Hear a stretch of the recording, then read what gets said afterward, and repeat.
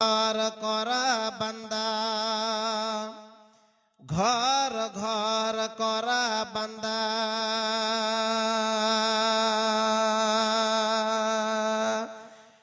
এদিন আহিব হেদিন যাইব, হেদিন মরিবি তয় ওই বান্দা হত, হেদিন মরিবি তয়।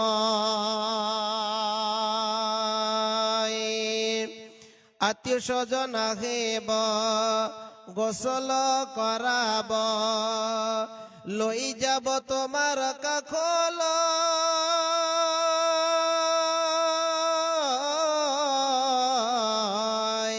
কোনেও না যাব লগ ধরে ও বান্দা হত, কোনেও না যাব লগ ধরে। ঘর ঘর করা বান্দা, ঘর ঘর করা বান্দা, এদিন আহিব হেদিন যাইব, হেদিন মরিবি তই বান্দা হত, হেদিন মরিবি তই। লরা ছোৱালী মাক দেৱতা, লৰা ছোৱালী মাক দেৱতা, কোনেও না যাব লগ ধৰে, কোনেও না যাব লগ ধৰে। অকলে অকলে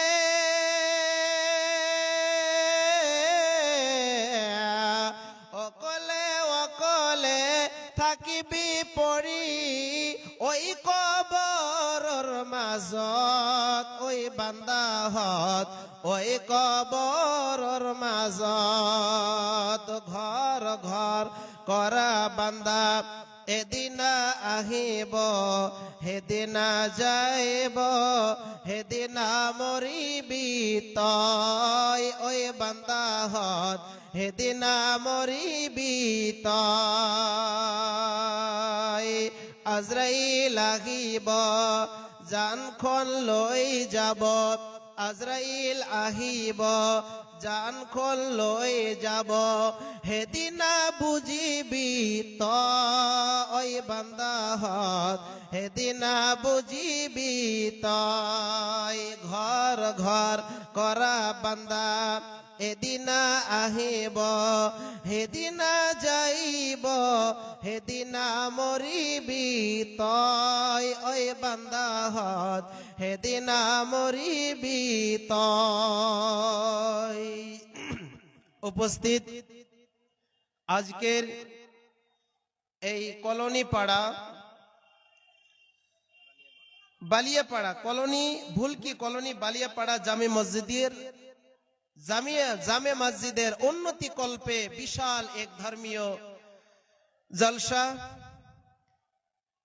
এই জলসার জলসা কমিটির সুর নির্বাচিত গড়ে তোলা আজকের সুনামধন্য মহামান্য সভাপতি সাহেব, এই জলসার প্রধান বক্তা, এই জলসার প্রধান অতিথিবৃন্দু, স্টেজে বসে থাকা বিশিষ্ট উলামায়ে কেরাম, সম্মুখে বসে থাকা দিনদার ইমানদার প্রিয় মুসলিম ভাই সকল, জনতার অন্তরালে বসে থাকা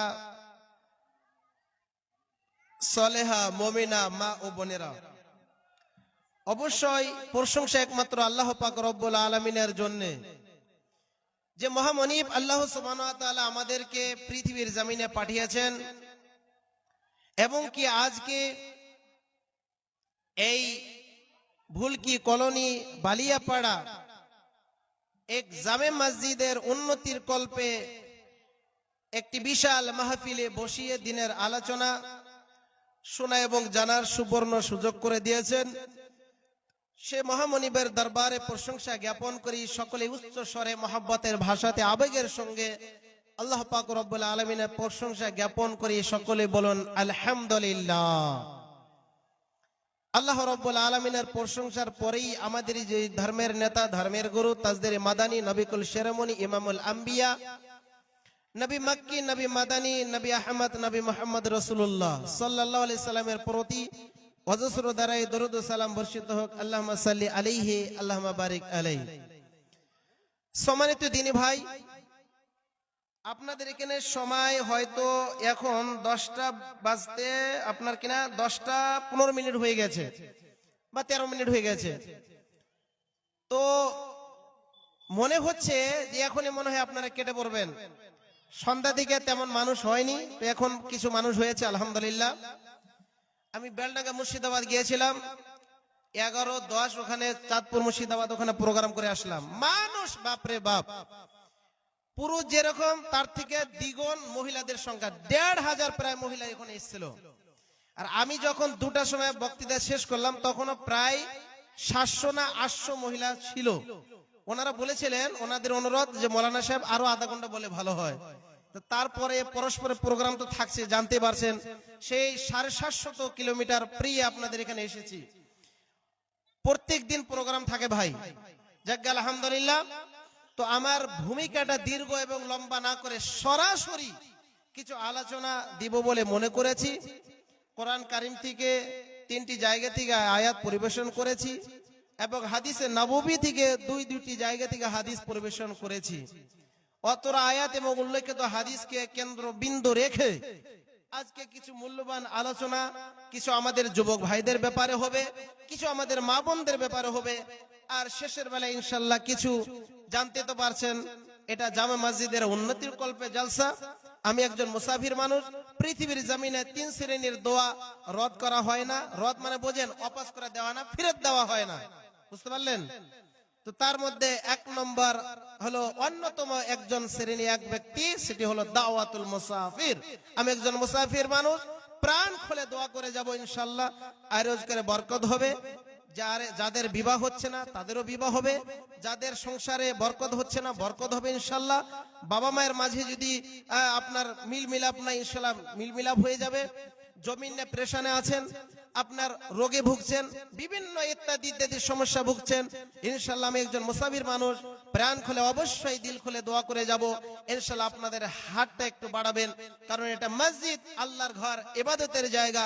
এটা কোনো বাপ দাদার জায়গা নয়, এটা আল্লাহর ঘর। আল্লাহর ঘর যতটা সৌন্দর্য করবেন, নির্মাণ করবেন, ভালো করবেন, জান্নাতের মধ্যে আল্লাহ তাবারক তাআলা আপনাকে কি করবেন, বিশাল একটা হীরা মণিক্য দিয়ে তৈরি করে একদম জান্নাতের মধ্যে আল্লাহ তাবারক তাআলা আপনাকে একটা ঘর নির্মাণ করে দিবেন। এই হাদিসটা খুব মাশহুর এবং পরিশুদ্ধ হাদিস। সকল বক্তাগণেরা এবং আলেম ওলামাদের শেখরা এই হাদিসটা বলেছেন, মান বানা মসজিদান, এভাবে হাদিস, মান বানাল্লাহু মসজিদান বানাল্লাহু লাহু বাইতান ফিল জান্নাহ। এই হাদিসটি ওসমান বিন আফফান রাদিয়াল্লাহু তাআলা বর্ণনা করেছেন। এই হাদিসটি পরিশুদ্ধ হাদিস। যে এই হাদিসের মাধ্যম দিয়ে আমরা এটাই বুঝতে পারি যে যে ব্যক্তি মসজিদ নির্মাণ করবে, শুধু আপনার টাকা আছে একটা গোটা মসজিদ নির্মাণ করে দেন, টাকা নেই, ইট থেকে শুরু করে নিয়ে, গিট্টা থেকে শুরু করে নিয়ে, রড থেকে শুরু করে নিয়ে, সিমেন্ট থেকে শুরু করে নিয়ে, টাকা দিয়ে শুরু করে একটা টাকা যদি আল্লাহর ঘরে দেন, তো তাহলে দ্বিগুণ ইনশাআল্লাহ আল্লাহ তাবারক ওয়া তাআলা আপনার নামায় আমলে বাড়িয়ে দিবেন। সুবহানাল্লাহ। তো যা হোক, আপনারা শেষের দিকে ইনশাআল্লাহ হাতটা বাড়াবেন। তো যা হোক, আমি আমাদের যুবক ভাইদের ব্যাপারে কিছু আলোচনা অবশ্যই রাখি, সব জায়গাতে রাখি ইনশাআল্লাহ। তারপর আমাদের মা বোনেদের কিছু আলোচনা রাখি। তো আমাদের যুবক ভাইরা বর্তমান এখন যেটা সিচুয়েশন, বর্তমান যেটা আমাদের যেটা জামানা চলছে, এই জামানা আমরা সকল ব্যক্তিরাই, আমাদের মুরব্বীরা অঞ্চলে আছে না, কিছুগুলো মুরব্বী আছে না, জামানাকে গালি দেয়। বর্তমান যুগ জামানা খুব খারাপ হয়ে গেল। না, যুগ জামানা খারাপ হয়নি, আপনি খারাপ হয়েছেন, আপনার বেটি খারাপ হয়েছে, আপনার ছেলে খারাপ হয়েছে, আপনার বাপ খারাপ হয়েছে, আপনার ভাই খারাপ হয়েছে, আমরা খারাপ হয়েছি, গোটা মুসলিম সমাজ খারাপ হয়ে গেছে। আপনি দোষ দিচ্ছেন জামানাকে।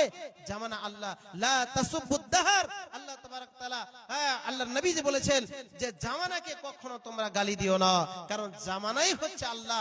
জামানা পাল্টে দিয়ে মানুষের পরিস্থিতি কি হয়ে গেছে, খারাপ হয়ে গেছে। বর্তমান যুগে আমাদের মোবাইল এসে গেছে না, মোবাইল যে আগে ছিল না, অনেক গুনাহটা কম হতো। আজকে ঘরে ঘরে, আজকে প্রত্যেকটি ছোট ছোট ছেলের হাতে আমরা মোবাইল তুলে দিয়েছি। আমাদের ছোট শিশু এই কিনা আপনার 2 বছর, 2.5 বছর, 3 বছরের শিশুর হাতে আমরা মোবাইল তুলে দিয়েছি, এই রকমের অ্যান্ড্রয়েড মোবাইল তুলে দিয়েছি আমাদের গার্জিয়ান। এটা কাদের দোষ বলেন? কাকে দোষ দিবেন?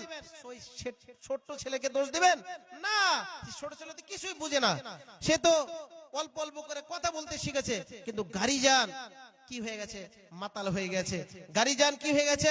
পাগলা হয়ে গেছে। গার্জিয়ান কিছু বুঝতে পারে না যে এই ছোট ছেলের হাতে যে আমরা মোবাইল তুলে ধরেছি, তাহলে এই ছেলেটা যখন বড় হবে, 10 বছর হবে, 12 বছর হবে, তাদের অবস্থাটা কি হবে? বন্ধু আমার ভাইরা, যাদের যুবক ভাইরা যাদের মোবাইল হয়ে গেছে, এই মোবাইলে এতটাই খারাপ, এতটাই আমরা কিনা গোপন পাপে যারা লিপ্ত হচ্ছে আমাদের যুবক ভাইরা, শয়তান কিন্তু আমাদেরকে অসহযোগিতা করছে ভাই। শয়তান প্রত্যেকটি মুহূর্তে 24 ঘন্টার মধ্যে 24 ঘন্টায় আপনার পিছনে একদম লেলিয়ে দিচ্ছে, গুনাহ কর বেটা, জাহান্নামে যাবই, কিন্তু তোকে নিয়ে যাব জাহান্নামে। আজকের বস্তুর মধ্যে অন্যতম একটি বস্তু তার চাওয়া ছিল যে আমি মানুষকে বেশি সংখ্যে পথভ্রষ্ট করে ক্ষতিগ্রস্তর মধ্যে ফেলে তাদেরকে আমি কি করব? জাহান্নামের মধ্যে নিক্ষেপ করব। আল্লাহ পাক রব্বুল আলামিন এটাও বলে দিয়েছেন, এই শয়তান তুই আজ থেকে ইবলিস হয়ে গেলি, কিন্তু আমার এটাও ওয়াদা জেনে রাখ, আমার বান্দা এবং বান্দি পৃথিবীর জমিনে এতটাই পাপ করবে, কিন্তু শেষের বেলাতে মরার আগে তওবা করে 2 রাকাত নামাজ পড়ে আমার কাছে এতটাই কাঁদবে, আমি সমস্ত গুনাহকে maaf করে দিব। তুমি কি করবে? হয় না নয়? হ্যাঁ না বলেন? সমস্ত গুনাহকে আল্লাহ maaf করে দিবেন, কিন্তু maaf যে করবেন তিনি হচ্ছেন রহমান, তিনি হচ্ছেন গফফার, তিনি হচ্ছেন সত্তার, তিনি আমাদের জীবনের মালিক, তিনি আমাদের মওতের মালিক, তিনি আমাদের হায়াতের মালিক, তিনি সর্বাধিক পৃথিবীর জমিন, আখিরাত এবং পরকাল, ইহজগৎ এবং পরজগতের মালিক। সেই রব্বুল আলামিনকে আমরা কতটা স্মরণ করি? দিনের ভিতরে